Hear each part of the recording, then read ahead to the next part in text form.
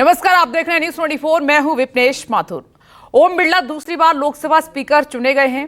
बिरला को ध्वनि मत से 18वीं लोकसभा का नया स्पीकर चुन लिया गया है, जिसके बाद पीएम मोदी और नेता विपक्ष राहुल गांधी उन्हें आसन तक लेकर पहुंचे। इसके बाद स्पीकर ओम बिरला ने सदन को संबोधित किया। इस दौरान उन्होंने आपातकाल की निंदा की और कहा कि आपातकाल पर संसद परिसर में विरोध प्रदर्शन भी हुआ। एनडीए सांसदों ने जमकर नारेबाजी की। सुनिए। अभूतपूर्व संघर्ष किया और भारत के लोकतंत्र की रक्षा का ये सदन 1975 में देश में आपातकाल इमरजेंसी लगाने के निर्णय की कड़े शब्दों में निंदा करता है। इसके साथ ही हम उन सभी लोगों की संकल्प शक्ति की सराहना करते हैं जिन्होंने इमरजेंसी का पुनः विरोध किया, अभूतपूर्व संघर्ष किया और भारत के लोकतंत्र ये सदन 1975 में देश में आपातकाल इमरजेंसी लगाने के निर्णय की कड़े शब्दों में निंदा करता है। इसके साथ ही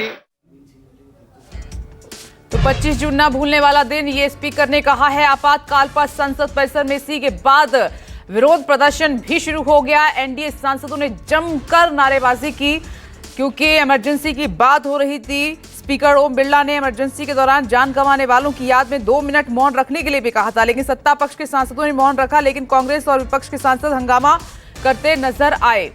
आपातकाल पर आप देखिए, ये संसद परिसर की तस्वीर हम आपको दिखा रहे हैं। यहाँ पर तमाम बीजेपी सांसद आपको नजर आ रहे हैं और ये प्रदर्शन किया गया है। आपातकाल का दिन एक काला अध्याय है भारत के इतिहास में। सुनिए, किरण रिजिजू कुछ कह रहे हैं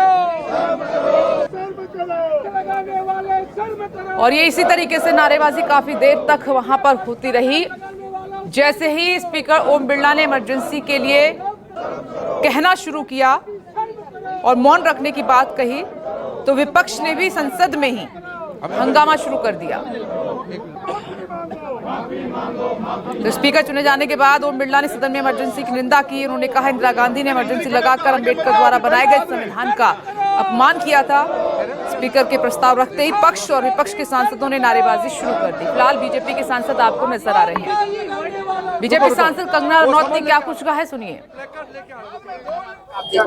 इमरजेंसी को लेकर यानी 49 साल पहले जो इंदिरा गांधी सरकार के दौरान इमरजेंसी लगा था और राइट्स सस्पेंड हुए थे, उसे लेकर लगातार विरोध प्रदर्शन का दौर ये संसद भवन में तमाम सांसद बीजेपी के और एनडीए के जो हैं वो विरोध प्रदर्शन कर रहे हैं। तमाम मंत्री भी इस विरोध प्रदर्शन में शामिल हैं।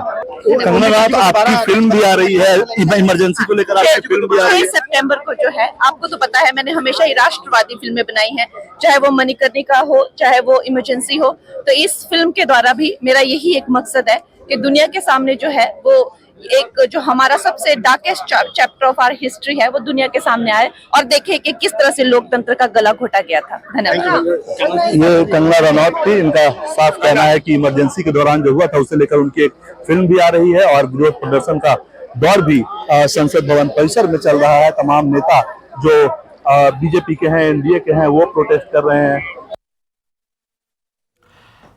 तो आप कंगना रनौत को सुन रहे थे। ये तमाम बीजेपी और एनडीए के सांसद हैं जिन्होंने इमरजेंसी को लेकर विरोध प्रदर्शन किया और उधर इंडिया गठबंधन के सांसद भी विरोध प्रदर्शन कर रहे थे जैसे ही स्पीकर ने इमरजेंसी के बारे में बोलना शुरू किया।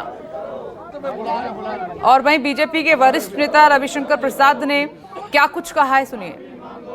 बीजेपी के वरिष्ठ सांसद रविशंकर प्रसाद मेरे साथ है। रविशंकर जी, आज इमरजेंसी की सालगिरह के मौके पे आप लोग प्रोटेस्ट कर रहे थे सदन में, क्या वजह है? क्यों नहीं करे, 50 साल पूरे हो गए। आज बहुत गर्व की बात है कि माननीय स्पीकर ने नवनिर्वाचित होने के बाद 18वीं लोकसभा में आज के दिन उस काले अध्याय को याद किया और उसको कंडेम किया। याद करें, सिर्फ इंदिरा गांधी को बचाने के लिए यह इमरजेंसी लगी थी। हम लोग जेपी मूवमेंट की सिपाही थे, बहुत छोटे थे, जेल में हम लोग भी गए थे, संघर्ष किया था। जेपी जेल में गए, अटल जी गए, अडवाणी जी गए, जॉर्ज फर्नांडिस को प्रताड़ित किया गया, लालू प्रसाद, मुलायम सिंह यादव, डीएमके की गवर्नमेंट डिसमिस की गई, कुलदीप नैयर को जेल में बंद किया गया, जजेस को सुपरसीड किया गया। और एक जज HR खन्ना, उनको इसलिए सुपरसीड किया गया क्योंकि उन्होंने कहा था इमरजेंसी में भी नागरिकों के मौलिक अधिकार नहीं सस्पेंड होंगे। ये है इनका इतिहास। और आज के दिन राहुल गांधी की हिम्मत नहीं हुई कि वो कहे कि हम इमरजेंसी का विरोध करते हैं। विपक्ष ने कहा कि आप लोगों की सरकार में अघोषित इमरजेंसी है। अब इस तरह की सिर पैर की बात का क्या मतलब है? लोकतंत्र से आए हैं, लोकतंत्र से जीवित है, इमरजेंसी कभी नहीं लगेगी। शुक्रिया। कुमार गौरव, न्यूज़ 24 दिल्ली। तो बीजेपी सांसद रविशंकर प्रसाद को आप सुन रहे थे। इमरजेंसी की बरसी पर बीजेपी के तमाम सांसद, एनडीए के तमाम सांसद विरोध प्रदर्शन कर रहे हैं।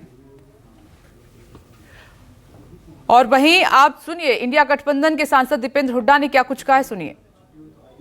लोकसभा अध्यक्ष ने आपातकाल के बारे में अपनी बातें रखी। हमारे साथ कांग्रेस सांसद दीपेंद्र हुड्डा हैं। सर, किस तरीके से इसको लेते हैं? देखिए, एक तरफ जब पूरा सदन हर तरह की दलगत राजनीति से ऊपर उठा, लोकसभा अध्यक्ष के चयनित होने पर माननीय आदरणीय श्री ओम बिरला जी की प्रशंसा कर रहा था, उनको शुभकामनाएं सब लोग दे रहे थे, तो दूसरी ओर सरकार ने जिस प्रकार का वक्तव्य उनके मुख से आज सदन में रखवाने का कार्य किया है, कहीं ना कहीं सरकार की मंशा इससे दिखाई देती है कि सरकार की मंशा उसी तरह की तानाशाही नीति और नीयत पर चलने की है जो 10 साल से देखी गई है। जो जनता ने जनादेश दिया है, देश की राजनीति और प्रजातंत्र को संतुलित करने का काम और मजबूत विपक्ष देने का काम किया है, आज सरकार ने इस वक्तव्य के माध्यम से देश के जनता के उस जनादेश को अस्वीकार करने का कार्य किया। और अगर यदि मौन अगर रखा जाना चाहिए था और अगर श्रद्धांजलि दी जानी चाहिए थी तो महात्मा गांधी जी को दी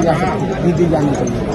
अगर श्रद्धांजलि दी जानी चाहिए थी तो शहीद आजम भगत सिंह जी को श्रद्धांजलि दी जानी चाहिए थी, लाला लाजपत राय को श्रद्धांजलि दी जा सकती थी, जिन्होंने आज़ादी की लड़ाई के लिए अपना सर्वोच्च निछावर किया। लेकिन इस बात में राजनीति लाकर मैं समझता हूं कि जो कार्य किया है उसकी हम निंदा करते हैं कि सरकार की नीति जनता के सामने है। कांग्रेस सांसद दीपेंद्र हुड्डा को आप सुन रहे थे। अभी थोड़ी देर पहले ही जैसे ही इमरजेंसी पर स्पीकर ने बयान दिया, विपक्ष ने कहना शुरू कर दिया कि ये बीजेपी का एजेंडा चला रहे हैं। लेकिन उससे पहले जब ओम बिरला स्पीकर चुने गए, उसके तुरंत बाद राहुल गांधी और अखिलेश यादव ने क्या कुछ कहा, उनके लिए सुनिए।